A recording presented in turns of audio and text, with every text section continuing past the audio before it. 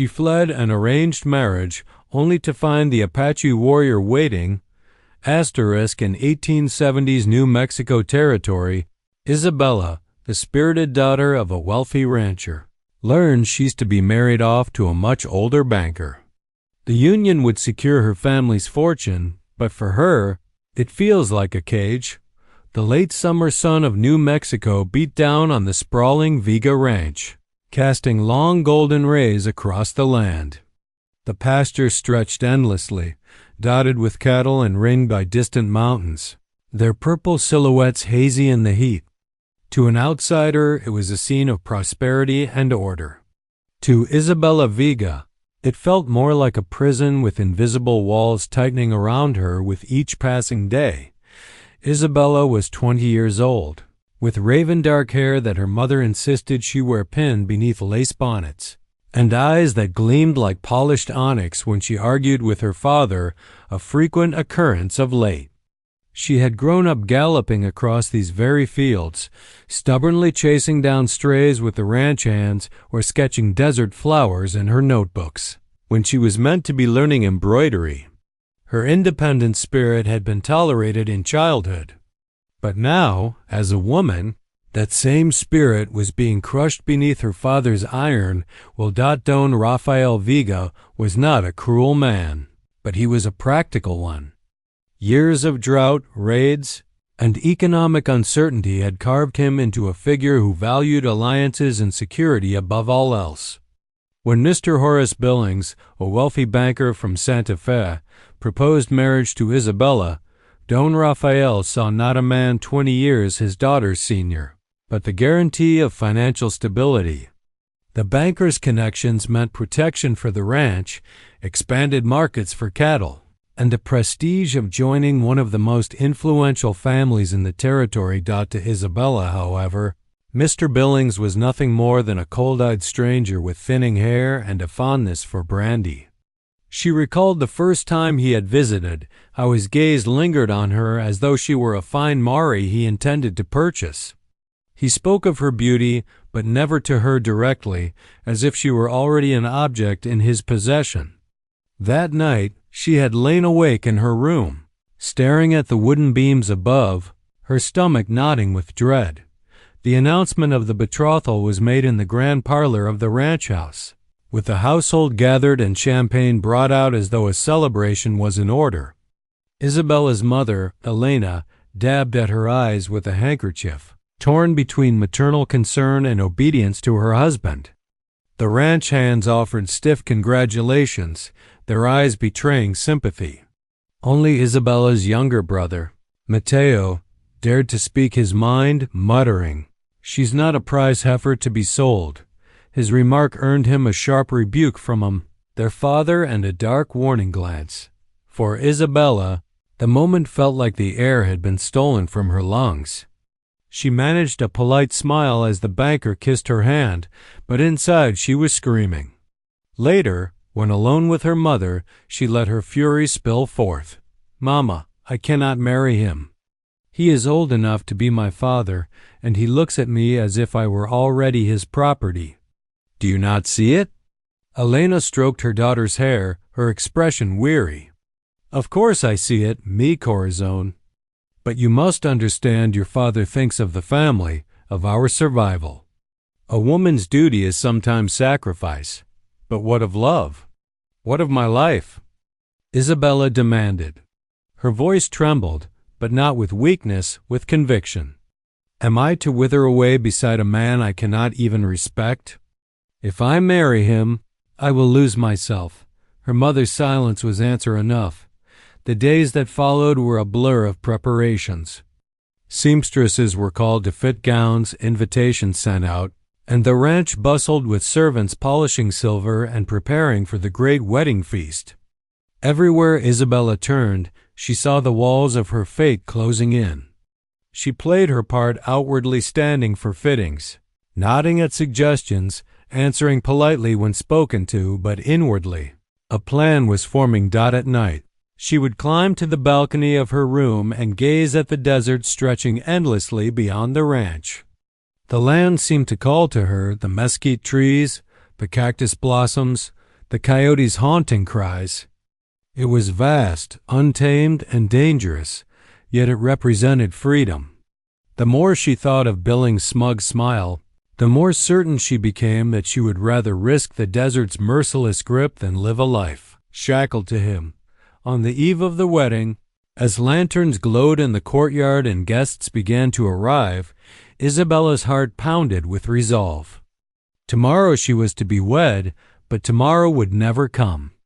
With the moon high and her family distracted by festivities, she would make her escape alone, unarmed and unafraid.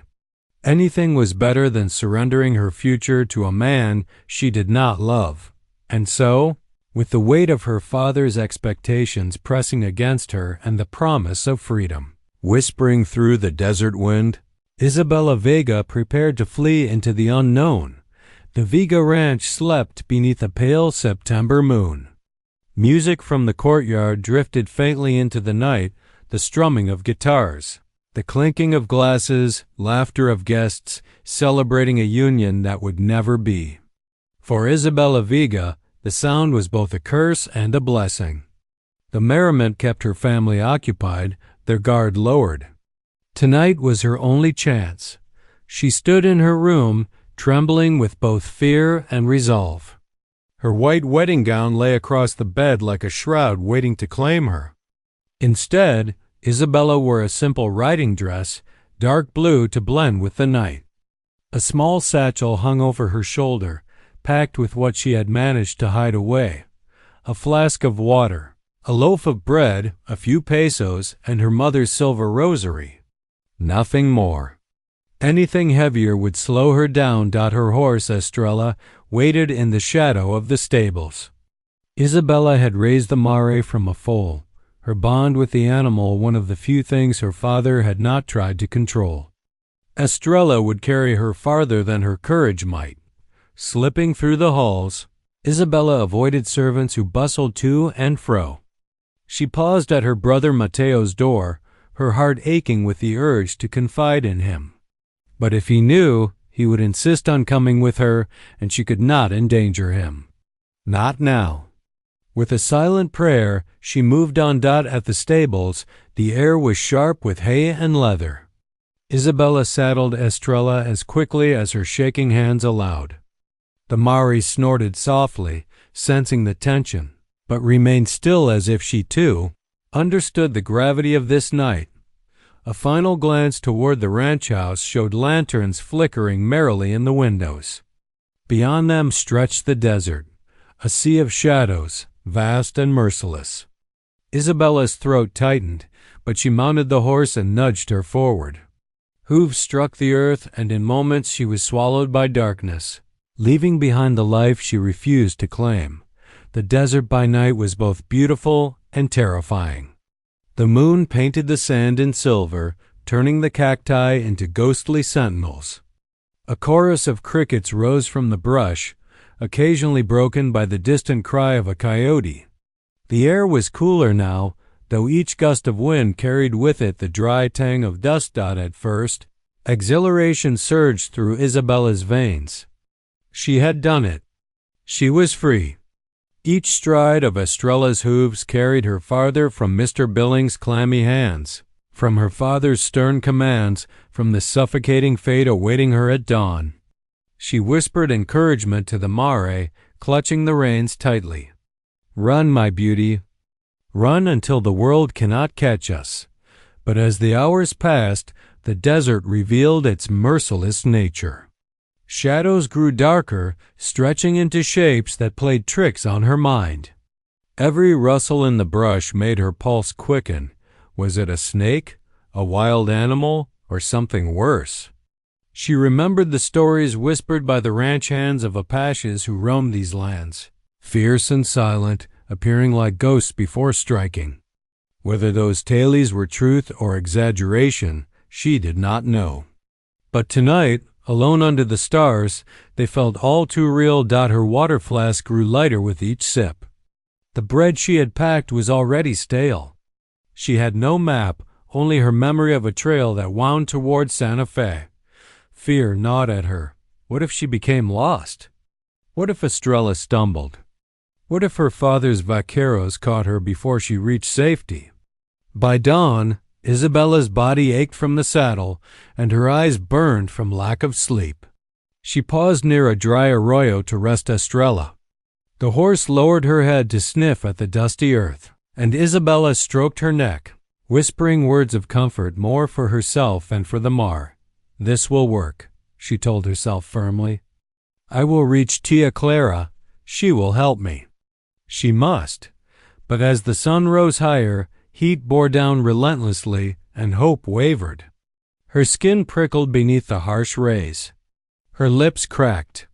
She adjusted her bonnet to shield her face, but the desert seemed determined to strip her of strength. By mid-afternoon, the silence was shattered by a sound that froze her blood. Hoofbeats. Not her own, these came from behind, growing louder, closer. Isabella's heart thundered. She urged Estrella forward, but exhaustion slowed the mare's pace.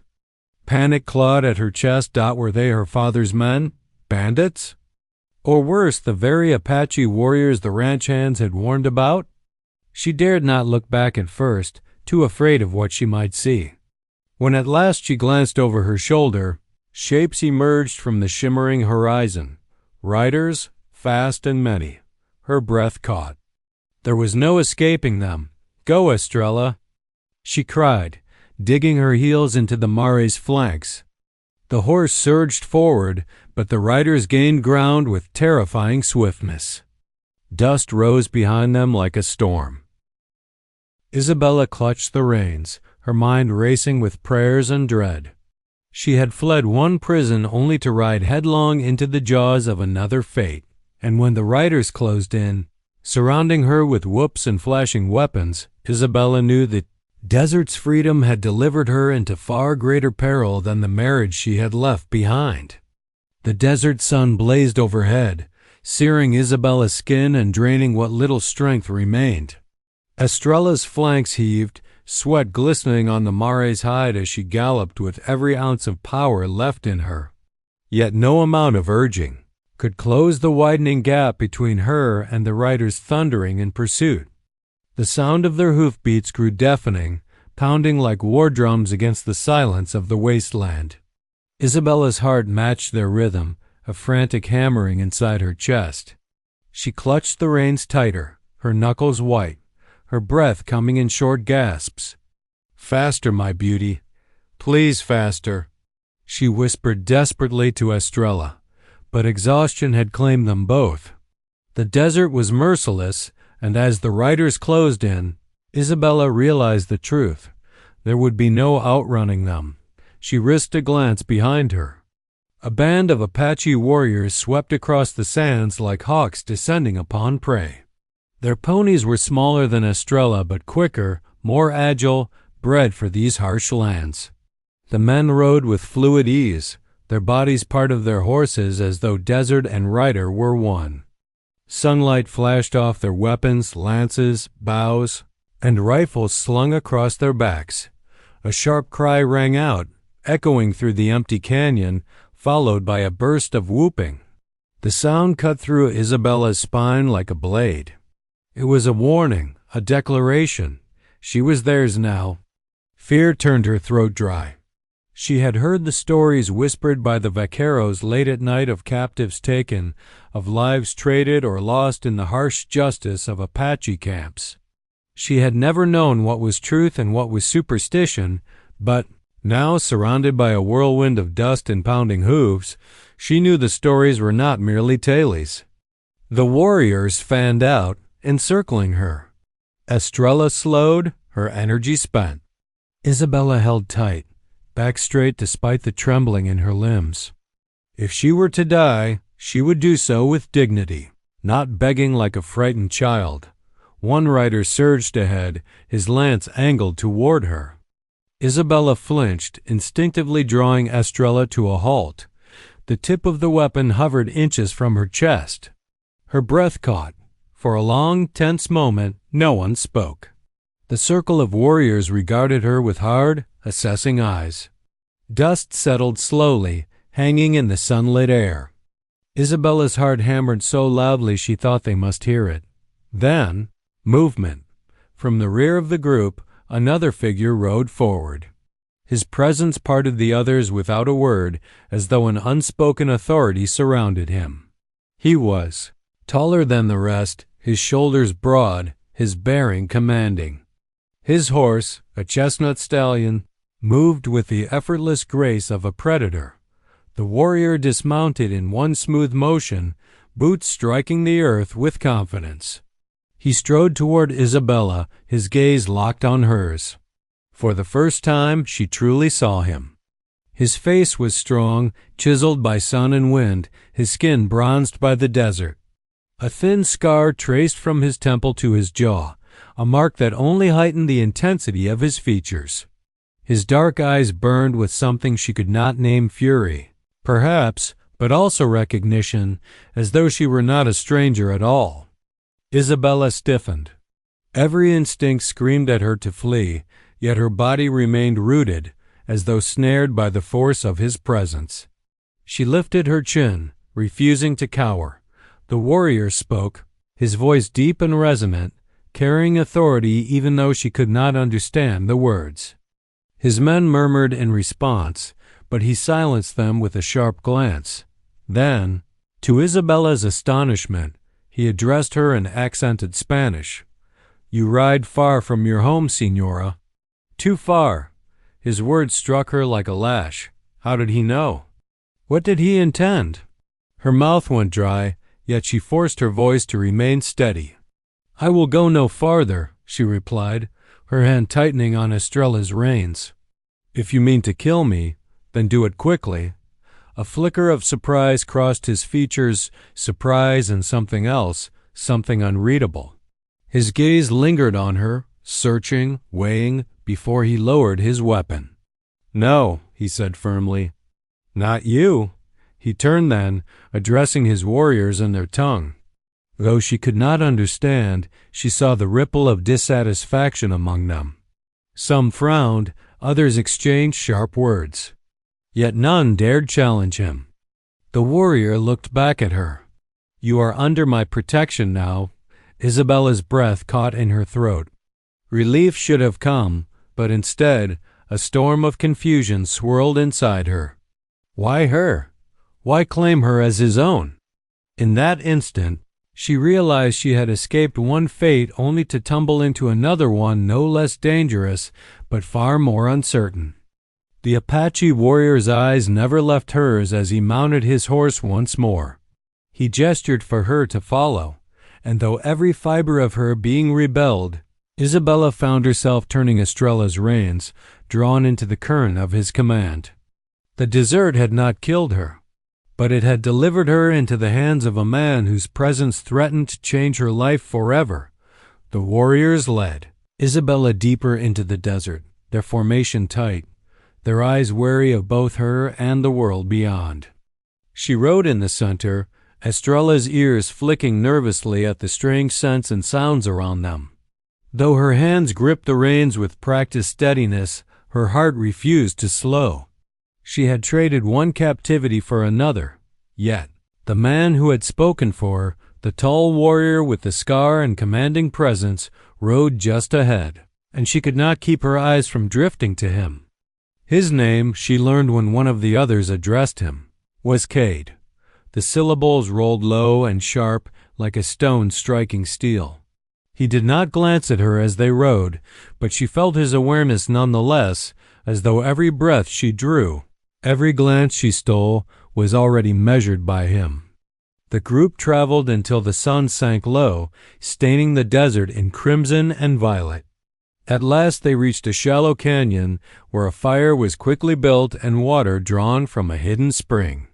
Isabella slid stiffly from Estrella's back, her legs trembling with exhaustion. She longed to sink to the ground, to let weariness consume her, but she forced herself upright. She would not show weakness before them. The warriors spoke in their tongue, glancing toward her with eyes ranging from curiosity to suspicion. A few laughed as though she were no more than a foolish child who had wandered too far.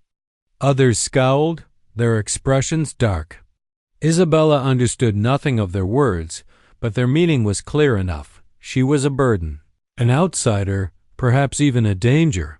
Cade silenced them with a single gesture. He approached her then, moving, with the unhurried confidence of a man accustomed to obedience.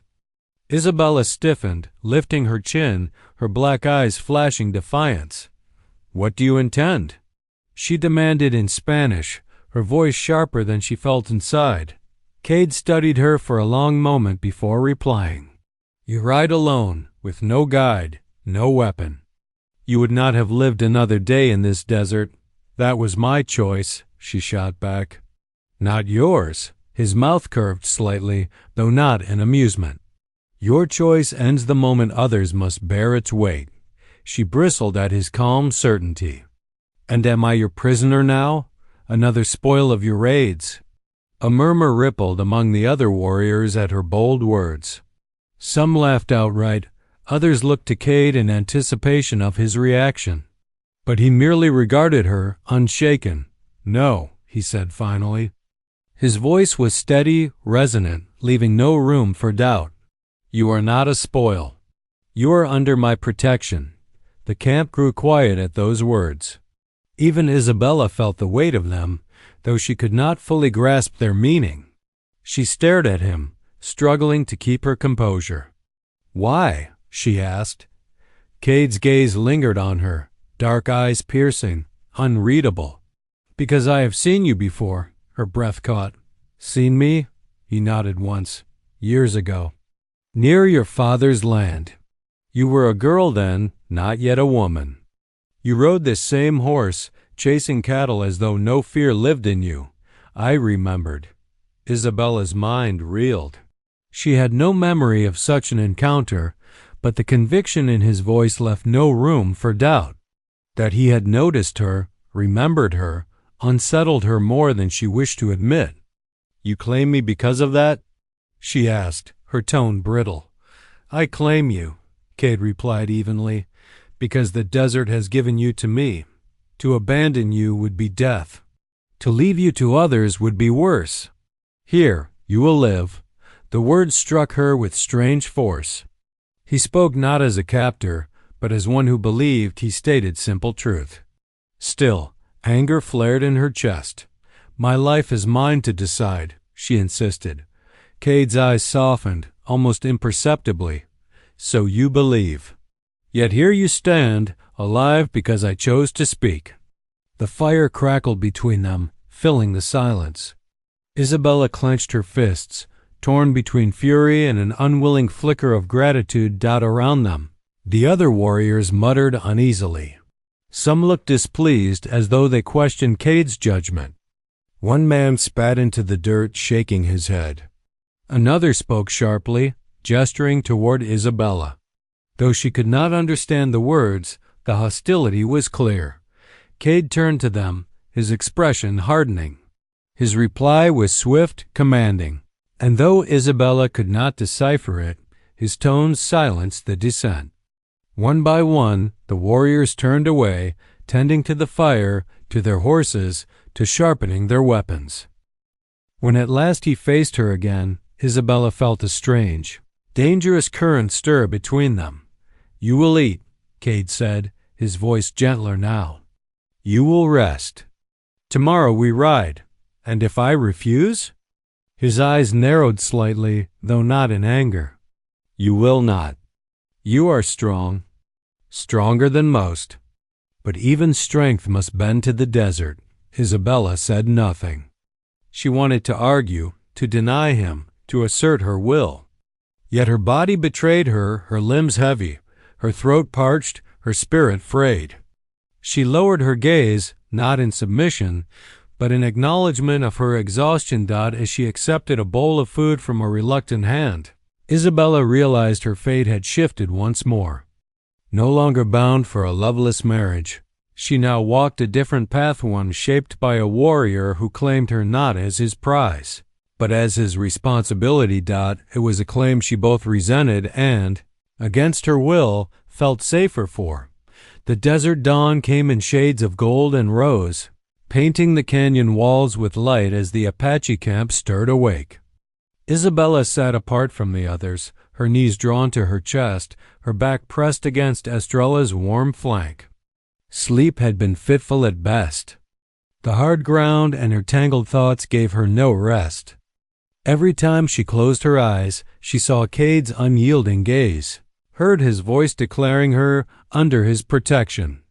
The words echoed in her head, like a vow she had not agreed to. She lifted her chin, refusing to let despair weigh her down. She had not fled her father's house only to surrender her spirit here. Protection or not, she belonged to no man. Cade approached as the warriors prepared their mounts. He carried himself with the quiet authority of a leader, every step deliberate. His presence unsettled her, not because of fear, but because he seemed to see too much. "You must eat," he said, his Spanish clipped but clear. He held out a strip of dried meat. "I am not hungry," Isabella replied, her tone sharp. "You will be," he countered, his voice calm. "The desert will not care for your pride." Her dark eyes flared. "And you will not care for my choices." He regarded her steadily, saying nothing at first. The silence between them grew taut, like a rope stretched to breaking. Finally, he spoke. "You speak as if your will is stronger than the desert itself." "That is foolishness." Isabella stood then, squaring her shoulders though her body still ached from the ride. "And you speak as though I am a child who must be guided." "That is arrogance." The corners of his mouth tightened, not quite a smile, not quite a frown. "You do not yet understand. Strength is not shouting against what cannot be changed. Strength is bending until the storm passes, then standing again." She laughed bitterly. Easy words from a man who commands others. "You bend to nothing." At that, his eyes darkened, and for the first time she sensed a shadow behind his calm exterior. "You know nothing of what I have bent to." The words hung heavy between them. Isabella, startled by the intensity in his tone, opened her mouth to speak but found no reply. He turned away first, handing the strip of meat to another warrior. Her frustration burned hotter. She had fought to be free, to carve her own fate, yet here she was arguing with a man who seemed determined to cage her in a different way. And worse, she found herself curious about him. His scarred face, his measured words, his eyes that held stories she could not read all drew her in against her better judgment. Later, as the group set out across the rugged terrain, Isabella rode close behind Cade. The warriors around her maintained a wary distance, their expressions betraying little warmth. Some glanced at her with suspicion, others with disdain, as though her presence among them was an offense. Isabella bore their stares with her chin high, but inside she simmered with resentment. At midday, when the heat pressed down like a heavy hand, she could hold her tongue no longer. "Why do they hate me?" she demanded of Cade as they rode. "They do not hate," he answered without looking back. "They question." "Question what?" "Why you are here. Why I spoke for you. And what is your answer?" Cade turned his head then, his gaze locking with hers, sharp and unflinching. "That is not for them." "Or for you." Her lips parted in indignation. "Not even for me?" "I am the one whose life you claim to protect." "Yes," he said simply. "And still you live." The bluntness of his words struck her like a slap. She wanted to shout, to argue, to demand more. But instead, she fell silent, seething. That night, when they made camp among twisted junipers, Isabella sat apart once more, arms wrapped around her knees. The warriors' voices rose in low conversation, and laughter flickered like sparks from the fire. Only Cade remained separate, sharpening his blade in the FIRELIGT. Isabella watched him, her emotions a tangle of fury and reluctant fascination. He was a man unlike any she had ever known, unyielding, enigmatic, and yet bound by some code she could not decipher. He had saved her, yes, but he also held her life in his hands as though it were his to command. The clash between them was inevitable, she realized. She would not bend easily. Nor, she suspected. Would he dot and somewhere in that storm of wills? Something dangerous was beginning to spark something she dared not name. Days that followed unfolded like the shifting sands, harsh, relentless, and yet, unexpectedly, filled with small revelations. Isabella rode with Cade's band through canyons carved by time and plains so vast they seemed to devour the sky. Each dawn was greeted with cold winds that bit at her skin. Each noon with heat so punishing she thought she might faint in the saddle. Yet she endured, stubbornly refusing to be the weak link in their caravan. At first, Cade watched her silently, as though expecting her to falter. But Isabella surprised him. When her hands blistered from gripping Estrella's reins too tightly, she bound them with strips of cloth torn from her own dress. When water grew scarce, she rationed her sips without complaint. She learned to mount and dismount quickly, to tie her belongings with the efficiency of a traveler, not a pampered rancher's daughter. The other warriors began to notice. Their glances, once edged with contempt, shifted into reluctant respect. They did not welcome her, not openly, but neither did they scorn her as freely as before.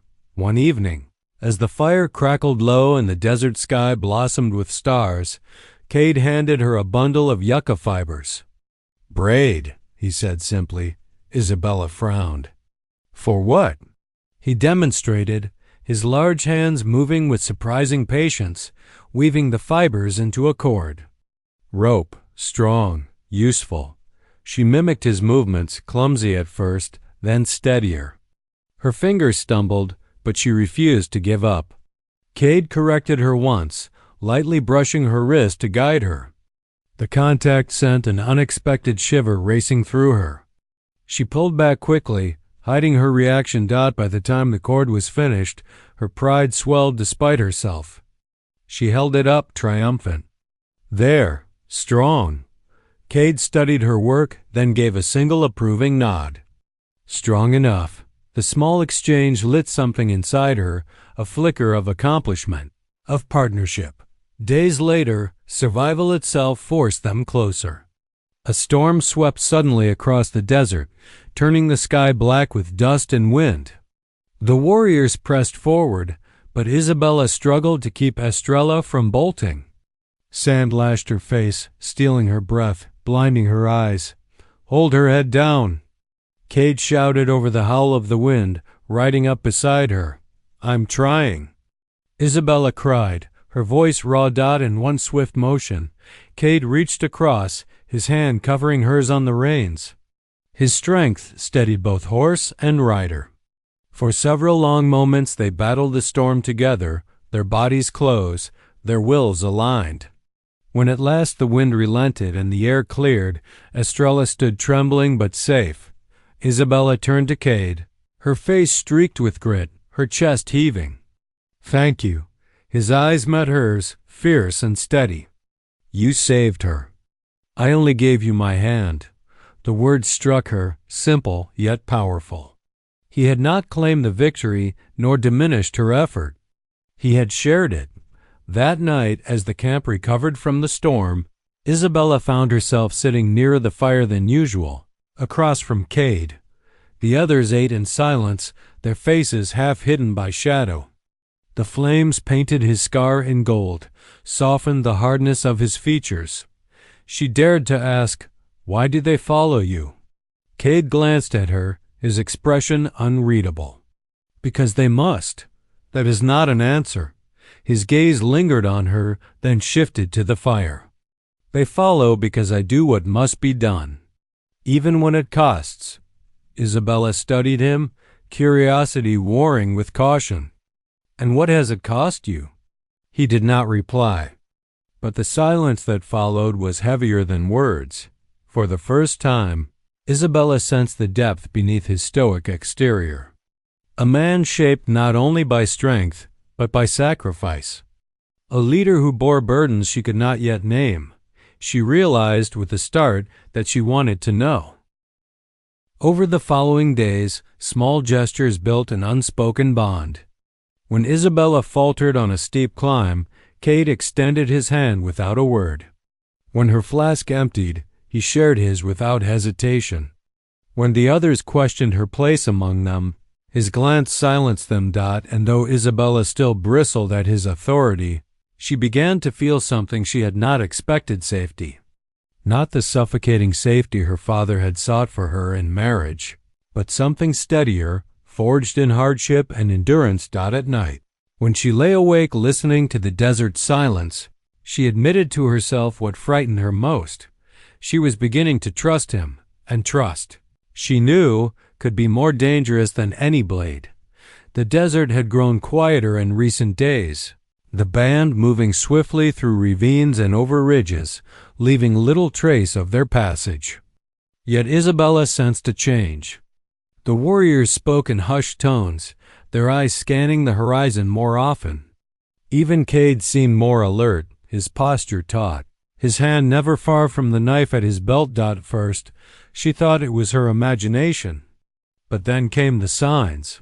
A plume of smoke rose faintly in the distance one morning, curling like a signal into the pale sky.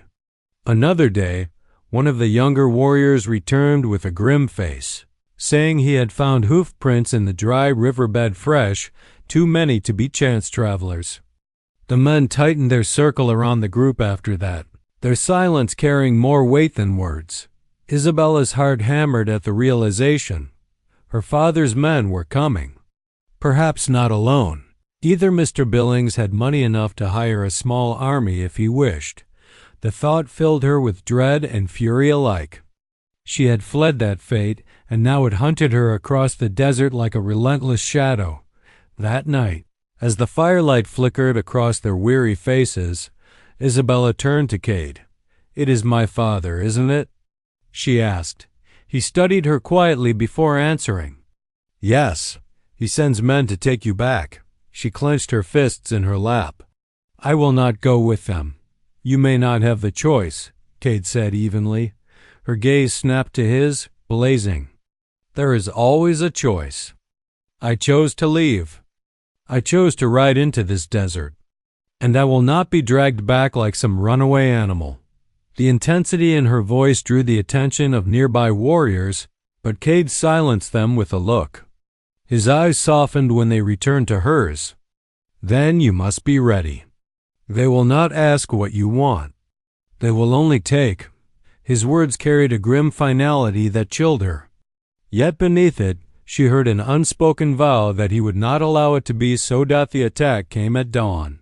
The camp had barely stirred when the pisvindidi, thunder of hooves, shattered the fragile quiet. Dust rose on the horizon, blotting out the rising sun. Isabella's pulse spiked. Her father's men rode hard, rifles glinting in the morning light, their shouts carrying across the canyon. The Apache warriors leapt into motion with practiced precision. Horses were mounted, weapons drawn. Cade's voice rang out, sharp and commanding, sending his men into formation. Isabella scrambled to Estrella, her hands shaking as she untied the reins.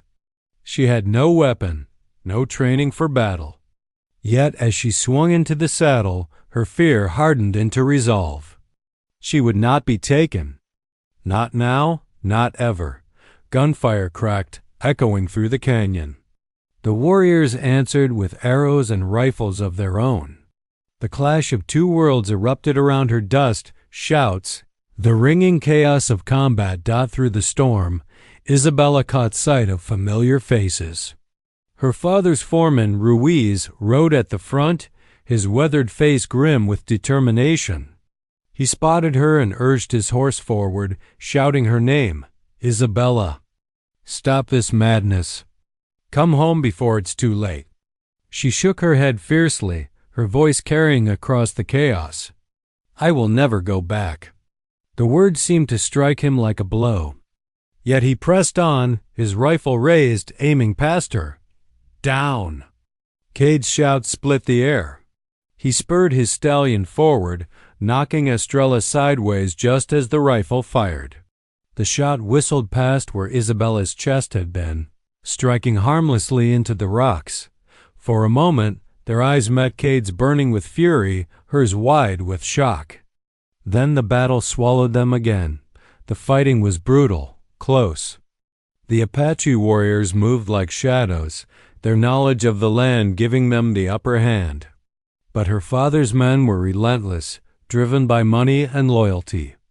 Dust turned the air thick, and the cries of men and horses blended into a terrible symphony. In the chaos, Isabella found herself pressed against Cade's side, Estrella keeping pace with his stallion. He guided her with sharp gestures, his presence a shield against the storm. When at last the enemy broke, scattering back toward the horizon, silence fell heavy over the canyon. Bodies lay in the dust, some still, some groaning in pain. The surviving warriors moved swiftly, gathering weapons, tending to their own. Isabella sat astride Estrella, trembling. Her father's men had not taken her, but the price had been blood. Cade turned to her, his face shadowed with sweat and dust. "Now you see," he said quietly. "They will not stop." Her throat tightened. "Then neither will I." For the first time, she saw something flicker in his eyes, not just the fierce protectiveness she had come to know, but respect. She had stood her ground. She had chosen her side. And with that choice, Isabella Vega knew there was no going back. The canyon lay still after the battle, a silence more profound than the storm of gunfire that had shattered it hours before. Smoke from discharged rifles drifted on the wind, mingling with the metallic tang of blood. Isabella sat astride Estrella, her body trembling with exhaustion, her mind echoing with the cries of men and the pounding of hooves. She had never seen death so near, had never felt life hang so precariously on a single heartbeat. Yet she was alive. Not because her father's men had spared her, but because she had chosen to fight beside Cade and his warriors. When the wounded were tended to and the fallen buried, the Apache band gathered in a circle to decide their next course. Isabella stood apart, her arms crossed tightly, feeling their eyes on her. Some still regarded her with suspicion, but others had softened, their glances carrying a grudging acknowledgment. She had not cowered, had not begged to be returned to her family. She had stood her ground. Cade stepped forward, his voice steady, commanding. He spoke first in his own tongue, words flowing with sharp rhythm, then turned to Isabella in Spanish. "They will come again," he said simply. "Your father, the men he hires. They will not rest while you live beyond his reach." "I know," she replied, lifting her chin, "but I will not return. Not to him. Not to that man he would have me marry." Her words rang clear, and though she expected protest, none came. Cade's gaze lingered on her, dark eyes reflecting both gravity and something softer, something unspoken. "You cannot walk two paths," he told her. "One foot in your father's world, one in mine. You must choose." The weight of his words pressed against her chest. She thought of the ranch, the wide fields, the scent of fresh hay, the laughter of her younger brother Mateo. She thought of her mother's gentle hands, her voice soft with warnings Isabella had not heeded. A pang of longing struck her heart, sharp and unexpected. But then she remembered Mr. Billings' cold smile, the hollow life that awaited her there, a life of obedience and silence. She thought of her father's stern command, of the cage he had built around her beneath the guise of duty. And she thought of Cade, his strength, his quiet honor, the fire that lit his eyes when he looked at her as though she were more than a possession, more than a pawn. Slowly, Isabella turned her gaze to the desert. It stretched vast and merciless, yet it whispered freedom. A dangerous freedom, yes, but one she had chosen. "My path is here," she said firmly. "With you." A ripple moved through the warriors, some murmuring in disapproval, others in silence. Cade said nothing for a long moment. His expression was unreadable, but his eyes, those fierce, storm-dark eyes, held her steady. "Then you will walk it," he said at last. The days that followed were unlike anything Isabella had known. No longer treated as an outsider to be merely tolerated, she began to take part in the rhythms of camp life. She fetched water from springs, gathered mesquite pods for fire, and learned the ways of cooking with what the desert provided. She listened as women taught her which plants could heal wounds, which roots could stave off hunger. Her Spanish set her apart, but her determination bridged the distance. She stumbled often, her hands blistering, her back aching, yet she refused to yield. And though the stares of some still lingered, others began to nod at her efforts. Through it all, Cade remained near, not hovering, not commanding, but present. When she faltered on steep trails, his hand steadied her. When questions gnawed at her, his voice offered answers, sometimes sharp, sometimes patient. At night, as stars blanketed the desert sky, their conversations grew longer, heavier with meaning. One evening, as the firelight painted his scar in gold, Isabella dared to ask, "Why did you claim me that day?" "Truly," Cade studied her in silence, then spoke low. "Because you rode alone into the desert, unafraid. Because you chose freedom over chains, even if it meant death. I saw strength in you, the kind that survives storms. That is not a woman I would let the desert take." Her breath caught, her chest tightening with a mixture of gratitude and something deeper, something dangerous. "And now?" She whispered. He met her gaze steadily. "Now you are not alone." Weeks later, word reached them that Mr. Billings had withdrawn his claim, humiliated by her refusal and the failure of her father's men. Don Rafael Vega, wounded in pride and unable to force her return without further loss, had no choice but to let her go. Isabella heard the news in silence. Her heart ached for the family she had left behind, but the ache was softened by the truth she had come to accept. She was no longer their pawn. She had chosen a different life, one harder, fiercer. But her own. As the sun dipped behind the desert hills that evening, Isabella stood beside Cade, watching the fire burn low. For the first time in her life, she felt not trapped, not commanded, but free. And though the path ahead was uncertain, it was hers, theirs.